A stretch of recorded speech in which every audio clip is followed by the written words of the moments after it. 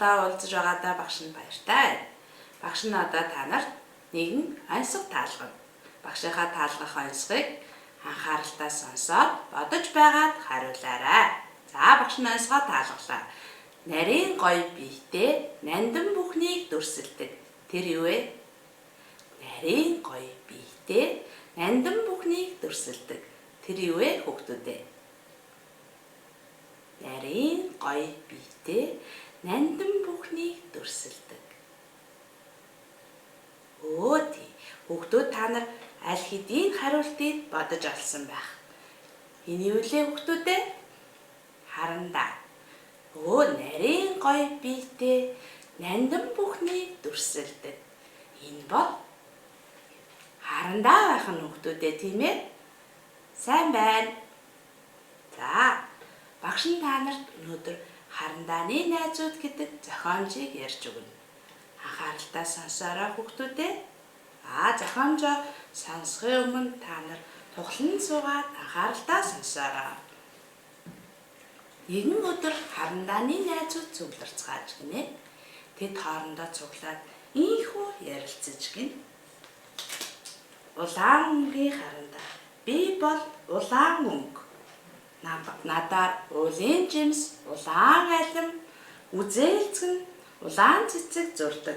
Тэгэхээр би хамгийн их хэрэгтэй харандаа гэж аз жаргалтайгаар инээмсэглэн хэлж гинэ. Гэтэл шар өнгийн харандаа мөн адил инээмсэглэж ирээд тийм ээ найзаа, надаар алтан нарны цацраг зурдаг. Тийм учраас би бас хүүхдүүдэд хэрэгтэй гэж хэлж гинэ. Харин ногоон өнгийн харандаа жоохон гуниглаж ирээд надаар ой мод, өвс ногоо бүгдийг зурдаг. Гэхдээ би гунигтай байна. Яагаад гэвэл намайг амандаа хийж мэрээд хамаг биеиг минь гэмтээчихсэн гэж гинэ. Гэтэл цэнгэр өнгийн харандаа нулимс туслуулж ирээд би бол цэнгэр харандаа. Гэхдээ би гунигтай байна. Яагаад гэвэл би дахиж зурж чадхааргүй болсон. Намайг хитрхээ чанга дараад үзүүрийг минь хугалчихсан. Би бол хөх тэнгэр, уул ус, борооны туслыг зурдаг цэнгэр өнгийн харандаа юм гэж хэлнэ. Гэтэл найзууд хоорондоо ярилцаж гин. Тийм ээ найзуудаа, бид нар бүгдээрээ л хэрэгтэй юм байна. Бид бүгдээрээ хамтдаа байвал бүгдийг бүтээж зурж дүрсэлж болох юм байна гэж шар өнгийн харандаа хэлж гин. Гэтэл цагаан өнгийн харандаа тэднээс жоохон зайдуухан зогсож байна гин. Гэтэл ногоон өнгийн харандаа цагаанаа найз минь яасан бэ? Нашаа хүрээ дээрээч гэд удаж гин. Цагаан өнгийн харандаа тэдэнд хүж очоод би бол цагаан харандаа гэж хэлж гин. Тэгээд цагаан өнгийн харандаа хэсэг чимээгүй дуугаа байгаад иж гин. Гэтэл шар өнгийн харандаа инээмсэглээд найзаа яасан бэ? Цагаан харандаагаар юу зурдаг юм бэ гэж асууж гин. Цагаан өнгийн харандаа би бол цагаан өнгийн харандаа л да. Гэхдээ миний үзүүр хугараагүй, миний бие ч гэмтээгүй. Гэхдээ л би гунигтай байна гэж хэлж гинэ. Гэтэл улаан өнгийн харандаа найз минь чи юундаа ингэтлээ гуниглаа гэж асууж гин. Цагаан харандаа хүүхдүүд намайг ерөөсөө ашигладаггүй. Мөн надаар ямар ч зураг зурж дүрсэлдэггүй гэж хариулж гинэ. Гэтэл цэнгэр өнгийн харандаа найз минь чи битгий гунигл. Яагаад гэвэл чамайг хар өнгийн цаасан дээр цагаан цас, цагаан баавга, цагаан хонь зөндөө олон зүйлийг дүрсэж болно шүү дээ гэж хэлж гин. Гэтэл тийм ээ найзаа, нэрээ тийм юм бэ? Нэрээ тийм байх шүү гэж бүгд хоорондоо ярилцаж гинэ. Гэтэл цагаан өнгийн харандаа инээмсэглээд тийм байна. Нэрээ тийм байх шүү дээ гэж бодож гинэ. Тэгээд хүүхдүүд хоорондоо яриад найзуудаа наашир бүгдээрээ хамтдаа цуг байцгаая гэж хэлж гин. Гэтэл цагаан өнгийн харандаа надаар хүүхдүүд бүгдээрээ надаар дүрслэж зурвал Би аз жаргалтай байна гэж хариулж гинэ. Гэтэл улаан өнгийн харандаа найзуудаа бүгдээрээ хамтдаа байх юм бол бүгдийг дүрсэлж бодож зурж болох нь. Үүнээс хойш бүгдээрээ хамт байцгааж хайртай дотны хүнээ зурхад бидэнд цагаан, улаан, шар, хар, ногоон, цэнхэр гээд бүх өнгийн харандаанууд хэрэгтэй юм байна.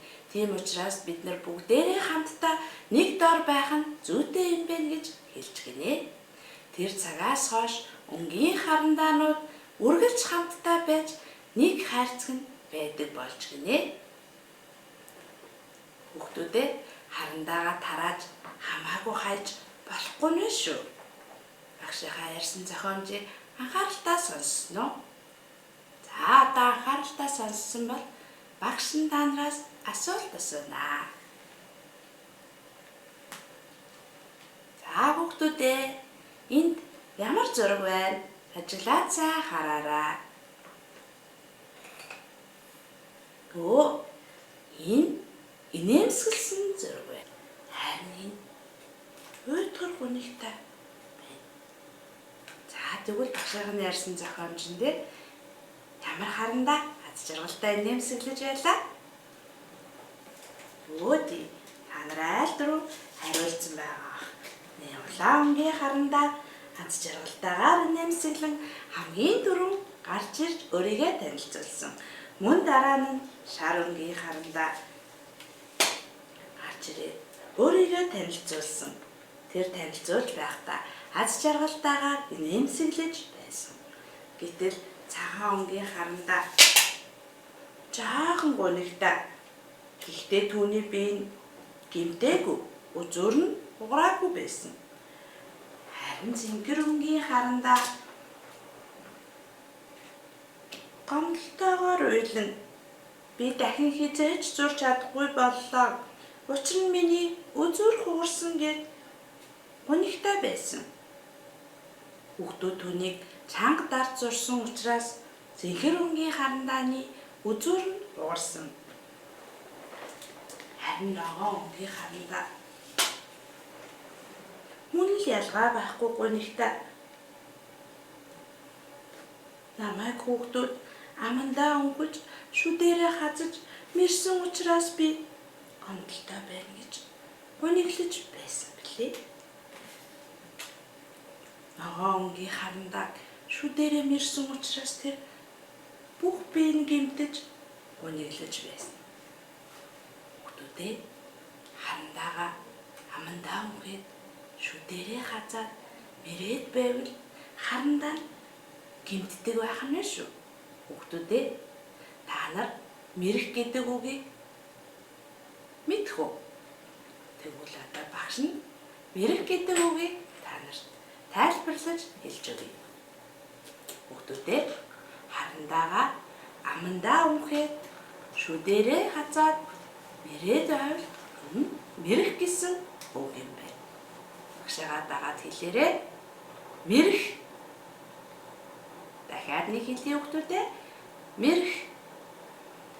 Харандаагаа амандаа өнгөд шүдээрээ хазаад байвал мэрэх гин.